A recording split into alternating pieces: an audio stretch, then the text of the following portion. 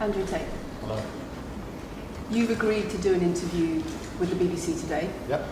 The material is going to be published on television, on radio, online. Perfect. We are doing an interview with you because you're facing some very serious allegations. Correct. Rape, human trafficking. Yep. And also because there's a great deal of concern about the things you say and the impact that they have on young people, on women. I don't think the concern's about the things I say. I think the concern is for the level of influence I have and the reach I have. I would argue that a lot of the things that are already out there inside of the legacy media and the matrix as a whole are far more damaging than the things I say. It's the concern about the influence you have being a harmful influence, but let's start with the allegations. Not necessarily a harmful influence. The fact that I'm massively influential over the youth, and I understand that, but it's my influence as a whole which people are afraid of, not necessarily the things I say. Let's start with the allegations. Have you raped anybody? Absolutely not. Have you trafficked anybody? Absolutely not. Exploited any women for Absolutely money? not. But you have admitted using emotional manipulation to get women to work in the webcam industry for you. No. Firstly, let's begin let's start at the beginning. I'm facing charges. The first one you mentioned, the rape one's already been thrown out by a judge because there's no evidence of it. Secondly, it's very difficult for me to sit here and have a very frank and honest conversation with you while we're in the territory of Romania about a legal case that's going on within Romania. I have to protect myself. I've agreed to do an interview with you, and I want to be as honest with you as possible, but I can't incriminate myself in any way, and I have to be very careful with what I talk about. There are no charges yet. Correct, there are no charges. Has said that there are no more charges, and evidence I've agreed to speak to you, but I have to be as honest and frank as I can while also protecting myself and following my legal counsel. So let's talk about what you've said yourself then. You have said on the website, for your original website for the Hustlers University, that you emotionally manipulated women to fall in love with you so that you could get them working in the sex industry for your financial gain. As I said, I have to be very careful with what I say, but let's put it this way. No women are coming out against me and accusing me of doing it. Yes, they are. No, they're not. Yes, they are. No, they're not. Who? There's testimony from the current investigation. The current investigation, which I cannot discuss, which I know intimately and you don't, I can tell you right now that the women who are in this case file, there are 2 American women who have been caught already admitting they're lying, and then nobody else is accusing me of anything. To begin with, it's very common in cases like this that the alleged victims do not always see themselves as victims. Well, that's very interesting.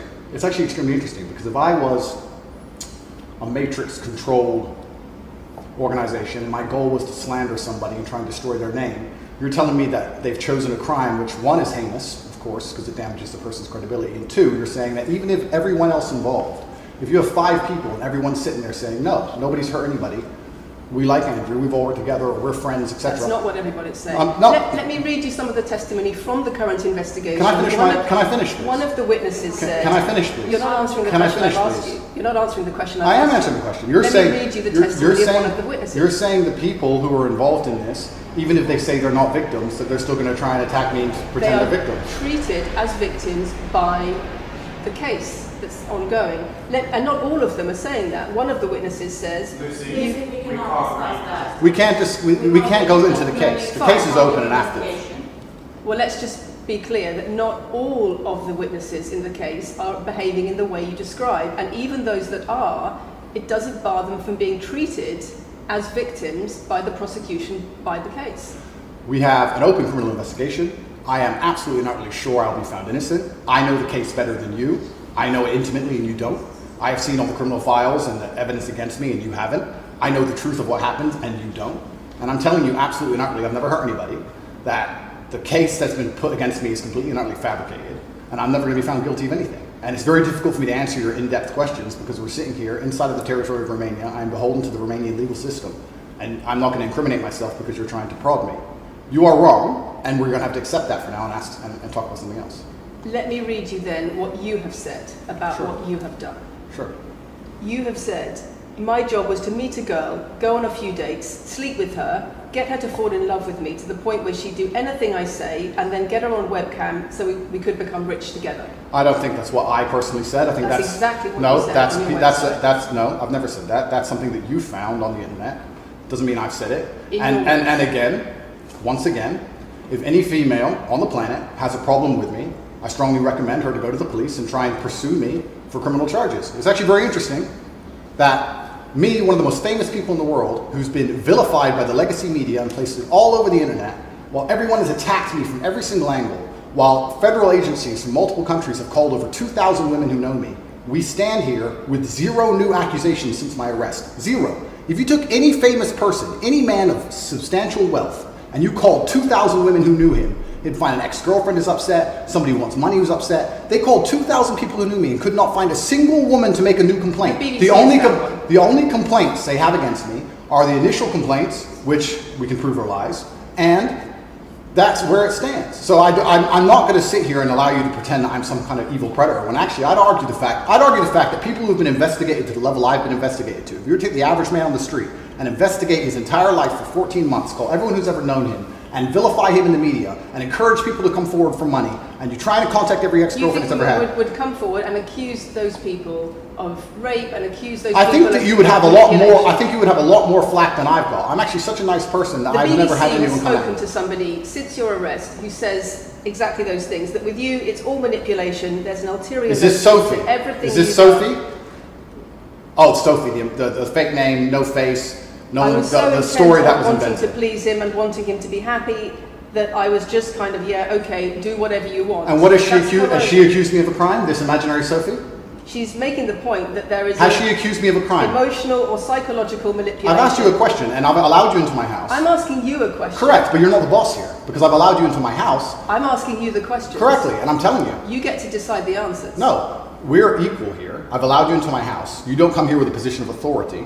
I'm doing you the favor as legacy media, giving you relevance by speaking to you. And I'm telling you now, this Sophie, which the BBC has invented, which there's no face of, nobody knows who she is. The BBC did not invent. Of course not. And because you never invent anything. And she's not filed criminal charges against me. What are we talking about here? What is she saying? Talking about emotional manipulation against the sex industry for your financial gain. Absolute garbage. She has not filed this person, if they exist, has not filed criminal charges against me. I welcome anybody who believes I've harmed them, male or female, any point in the past, to file criminal charges against me. I will fight them. I know who I am, and I know what I've done, and I know the truth, and I know that I'll be found innocent of this attack. The reason I'm being attacked is because of my massive influence, not because I've ever hurt anybody.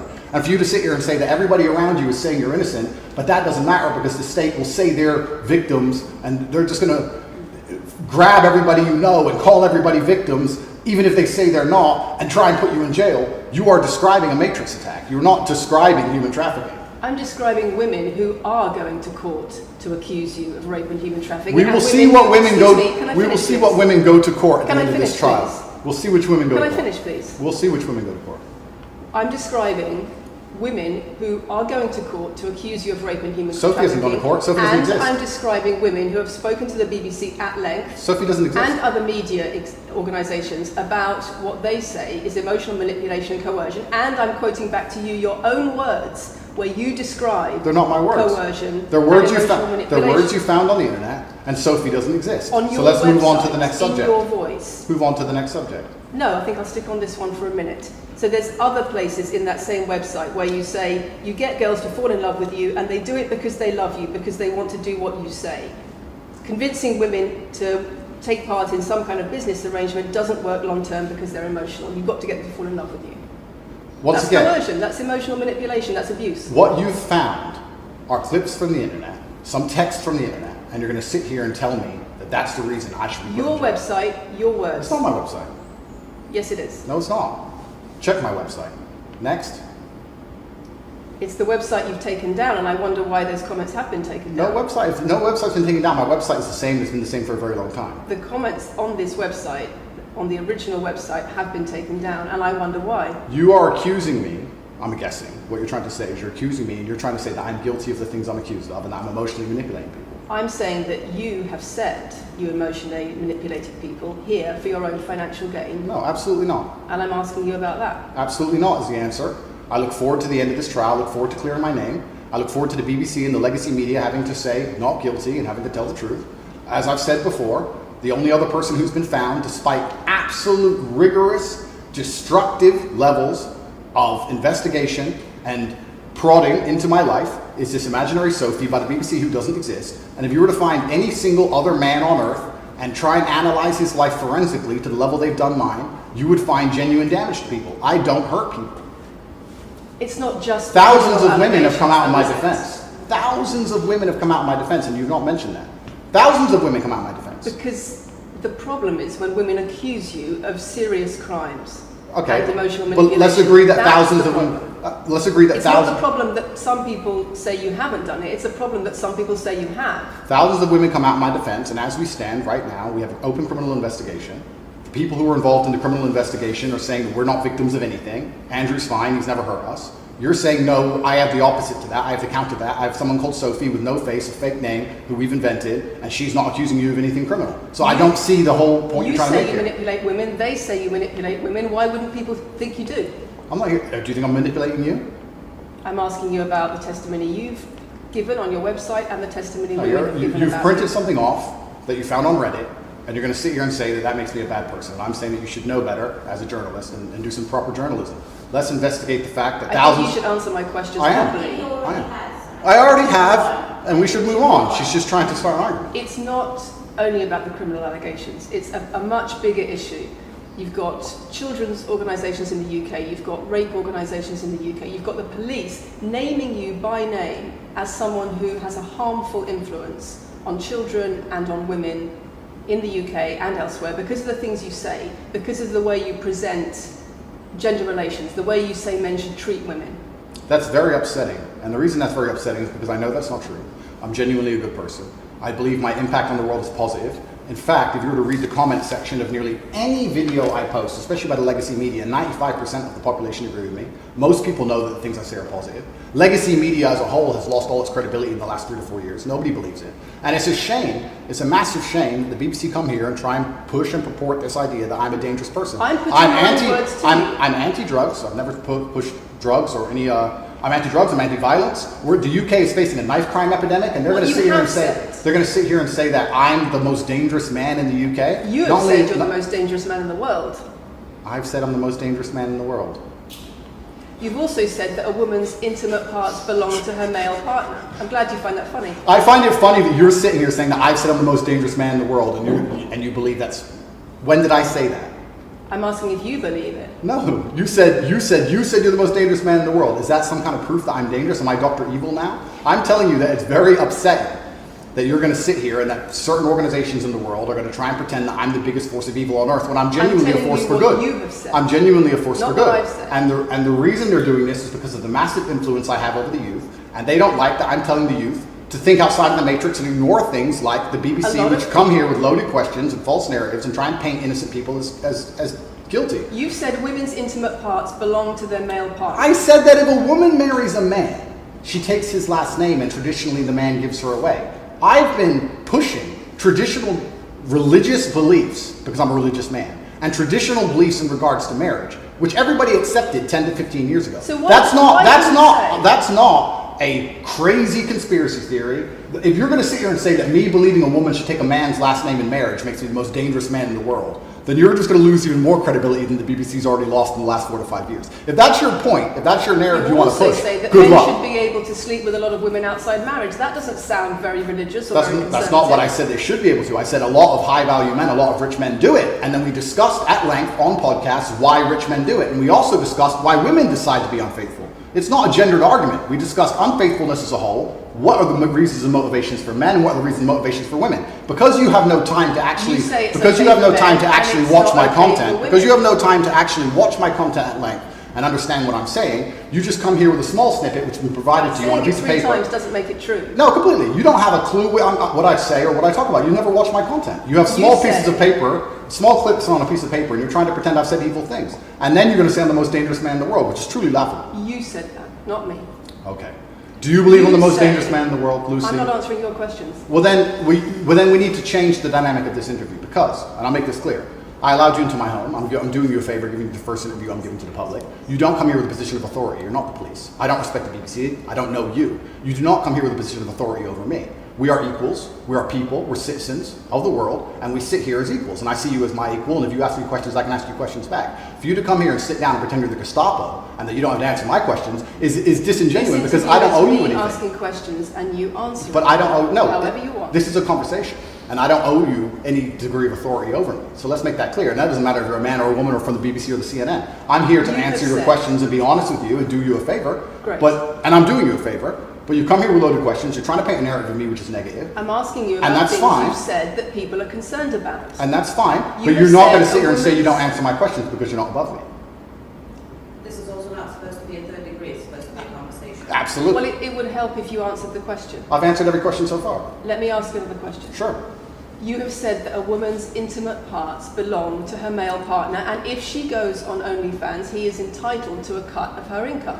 You are extremely, it's very confusing to me why you're going to sit here, take long format podcasts I've done, which are 3 or 4 hours long, in context where I've sat with OnlyFans girls, 10 or 15 OnlyFans girls, where we've been joking back and forth, ignore every comment and satirical comment and sarcastic comment that the females have made, and then come along and say, you said this, and you're the most evil man in the world. I don't know if you understand what sarcasm is.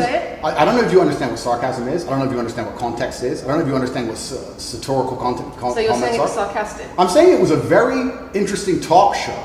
And for you to sit here and say that that is my true core beliefs and that makes me a bad person is disingenuous. Is it? Of course not. Was it sarcasm? Absolutely. You should watch the show. You were being sarcastic when you said... Let me just clarify. You should watch the show. Let me clarify for the audience. You were being sarcastic when you said a woman's intimate parts belong to her male partner. No. You didn't believe that. No, it's not that. It's that you haven't watched the show at length, and you should have, because the woman was saying, my man's car belongs to me because he's my man. And she was on OnlyFans. And then 20 minutes later, when she said she was on OnlyFans, I said, well, you're selling your body, that belongs to him because he's your man. And she laughed. She laughed and she said, yeah, that's probably true. If you watch the show, it will make sense. For you to come here with doing no research at all and then say, I don't understand what I'm talking about, but I've got this piece of paper with a few things printed off, that's why you're saying the silly things you're saying. You should watch the show, do some research. Do you believe it? You already answered. I've already answered the question. Not really. Of course I have. Can we move on? I've answered the question. Do you believe that a woman's intimate parts belong to her male partner? Of course not. I've just answered the question. You just answered that. You said exactly that. We've done that 3 times. And does this woman believe that her man's car belongs to her? It's not a gendered argument. I really think that it's genuinely sad that when the BBC has a chance to finally interview me at the end of all this Matrix attack, that they don't come here with any kind of genuine openness to try and understand my influence over the world or the things I push or what I'm trying to teach the world or why I'm a good influence on the world, because I am a massively good influence. Instead, they come here with pieces of paper with printed out excerpts from 5-year-old podcasts taken out of context to attempt the same Matrix attack on me, which has been attempted endlessly. Every single person in Legacy Media has already tried this, and it doesn't work. I encourage you to read the comment section on YouTube when this goes on YouTube, and you will see that nobody believes a word you're saying. The reason I'm asking you about these comments is because we've got the chief executive of Rape Crisis naming you individually as spreading a dangerous ideology of misogynistic rape culture. Absolute. It's the comments you make that are leading people to say things like absolute garbage. National organisations who are saying that are blaming you for increasing levels of misogyny. Schools that are saying they are having increased incidents of girls being attacked, of female teachers being harassed. If that was by true, pupils, because of you and your teaching, well, that's absolute garbage. I have never ever encouraged a student to attack a teacher, male or female, ever. I preach hard work, discipline. I'm an athlete. I preach anti-drug. I preach religion. I preach no alcohol. I preach no knife crime. Every single problem with modern society, I'm against. I'm teaching young men to be disciplined, to be diligent, to listen, to train, to work hard, to be exactly like me, with no criminal record, never even yet charged in this 14-month Matrix investigation. And I'm saying that if men grew up like me, which are hardworking and diligent and emotional control and stoic, we're going to have a better society, not a worse society. To sit here and say that schools in England, which is a failing nation, which has knife crime going through the roof, violence going through the roof, men's mental health going through the roof, and they're going to all blame me because I appeared on the internet 1 year ago, is disingenuous. It's disingenuous. You and also, financial success correct. with a Bugatti and a cigar, but it comes with a side order of misogyny. How does having a Bugatti and a cigar come with misogyny? Because it's all mixed together in what you teach. You teach that if a woman comes home and accuses you of cheating, that have caused major national organisations, including the police, to worry about you by name? That's what I'm asking you about. It's not what I say. It's not about whether you protect your partner or not. It's about what you have said that has caused such concern in the UK. And I want to put it to you that you don't really care about the harm it causes. That's not true. Because that's not true. Making controversial statements like this online has made you a lot of money. Okay, so first thing, I genuinely am a force for good in the world. You may not understand that yet, but you will eventually. And I genuinely believe I'm acting under the instruction of God to do good things, and I want to make the world a better place. I genuinely believe my legacy is a good legacy, and I believe that eventually when the legacy media catches up, they're going to understand I'm a good positive influence. I'm not interested in damaging the world for money, because if I was interested in damaging the world for money, I could have sold drugs, or I could make rap music and encourage everyone to stab each other like all the drill artists do. Or you could make controversial statements online that attract a lot of followers who you then direct to your website where they pay I could make to jokes. learn how to be Sure, like you. I mean, I could make jokes online. Who doesn't? I mean, I could make a joke online. Are you online. saying that all the controversial things you've said are jokes? No, I'm saying that these organizations and the BBC who are going to sit here and pretend that I am the face of damaging the youth is absolutely garbage. It's completely disingenuous. And the reason I'm sorry, we have agreed to do an interview where you are going to ask questions that are going to give us the opportunity to clarify some things. These are very loaded questions. Sorry, and so far, I'm sorry, I have arranged this and I'm talking right now. So, these are very loaded questions, and this is not what we discussed, and this is not the conversation that we agreed to. We were very clear that the questions You're sitting there and just accusing, we're not here to face new allegations, this has all been discussed, answers have been provided, so if we could please move on from this side of the interview, I would appreciate it. I would like to hear what Andrew has got to say about the fact that when you make controversial statements, it attracts people to follow you, and then you direct them to your website where they pay you a monthly fee to learn how to be like you. And so the more controversial statements you make, the more money you get. The fact that that's the path you've outlined to one, my online university, and two, my presence on the internet, the fact that you believe that's the path just shows you've done absolutely zero research. Genuinely zero research. Okay, so how many of the people who sign up for Hustlers University come to you through your social media? Genuinely zero research. How many of the people who sign up for Hustlers University come to you through your social media where you direct them to the website? And Lucy, I encourage you to go out there, do some genuine research, watch my videos, of course, watch my videos at length, and truly understand what I'm doing. How many of the people who sign up for Hustlers University at $49.99 a month come to you because they see your social media comments? There's an online school called Hustlers University, which I don't own. I influence for, along with many other influencers, and they sign up via a website which I don't own. And once again, that's nothing to do with me. And you're going to sit here and say that I made a joke. I made a joke online 4 years ago because a woman said that she owned her man's car, and you made a joke, and that means that you, because you have a Bugatti, are the most misogynistic, dangerous man in the world.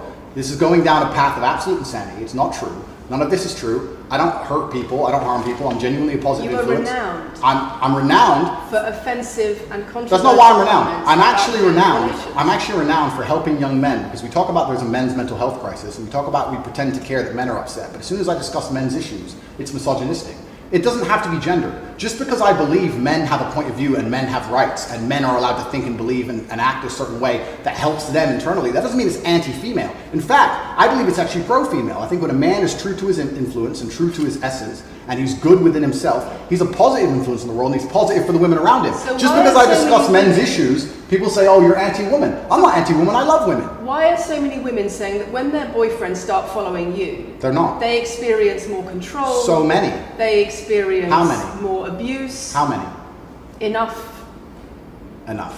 Well, it's the first time I've heard of it. So, in fact... One is too many. Oh, of course, yeah. So, in fact, I've seen thousands and thousands of comments and have endless emails from women praising the fact that their sons are listening to me, praising the fact that their husbands. The things I'm saying, does it not worry you? It would worry. It would worry. You're not concerned about it. It would worry me if I was genuinely damaging the world. But for you to sit here and say, Andrew, you've become the most Googled man in the world. You have billions of views, and one woman is now saying that her husband is not the same man she wants him to be, when thousands and thousands of people are saying the opposite. Well, then I would say that's... I presented you with case after case after case, with quote after quote after quote of people who are genuinely concerned about the impact you're having, and you brush it off as if it's nothing. No, what you have done is come here with an agenda. You've come here with loaded questions. You've come here with things taken out of context. You come here with things that you don't understand are satirical. And then you're going to also sit and say that one woman said that her boyfriend changed when he watched one of your videos. And then I don't know what you expect me to say to that. That's sarcastic and jokes. No. That's how you explain the comments you make. For you to sit down. Would you like to apologise for any of that? For you to sit down. For you to sit down.